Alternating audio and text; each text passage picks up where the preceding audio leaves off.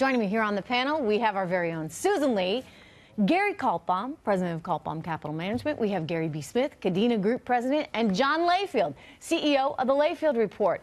You are all Fox contributors. Let's get to it. We had certainly another wild day for these markets. Take a look at the Dow today, dropping nearly 300 points. At one point, it had actually been down 539. Big tech once again to blame. Guys, how long do you think this volatility lasts? Mr. Kaltbaum, starting with you. I think a while. You know, all evidence is sellers still have the upper hand. I was hoping that maybe they would reverse the market today, and it just did not happen. And, you know, the big thing about this market, everybody keeps talking about October, but I have a laundry list of industries that have hit new yearly lows, down 30 to 60% over the last 6 to 9 months. All kinds of industries, to me, indicating probable slowdown in economic growth and lots of trouble around the globe right now. Okay, you're making me kind of nervous. Sorry. Susan? Well, you know, the S&P, the majority of the stocks are in bear market territory, so we're 20% down from recent highs. That's a bit concerning. But I think in this algorithmic program trading world, look, volatility is just the name of the game. And I think we have to get used to this. So markets go all the way down, but they also spike up pretty quickly, as you saw that turnaround. You know, Gary Kaltbaum's been a little worried for a while, John Layfield. He's been expressing these concerns, but I look at it and I say, you know, I realize people are worried about trade. They're worried about China. They're worried about what it means for tech. However, I just want to remind you all, we are China's biggest customer. We're pretty relevant to China. They need us, I would argue, much more than we need them. So as this whole argument, tariff dispute plays out, where do you think it winds up, John Layfield?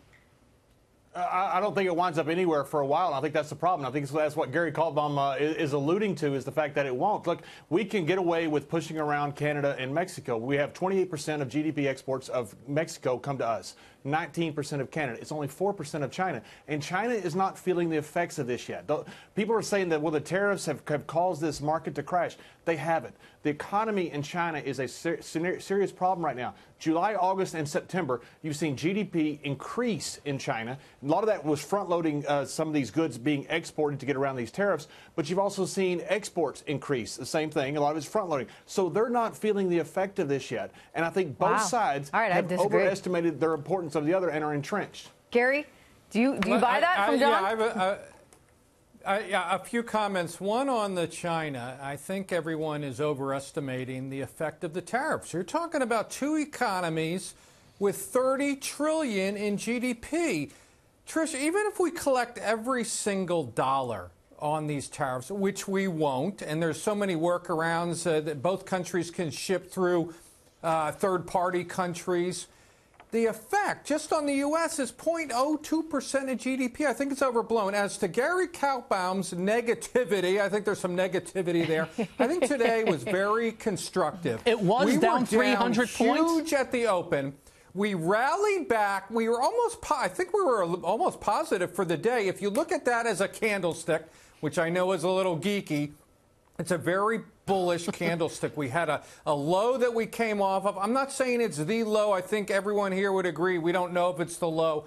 I thought it was very constructive. If down 300's positive, we are in some big trouble. But all that, yes, I agree with that. But you got to look at the open. We opened down huge, and basically we're flat for the day. But let me just say this. You know, we can look at the market as the trees, which is the short term of the big picture.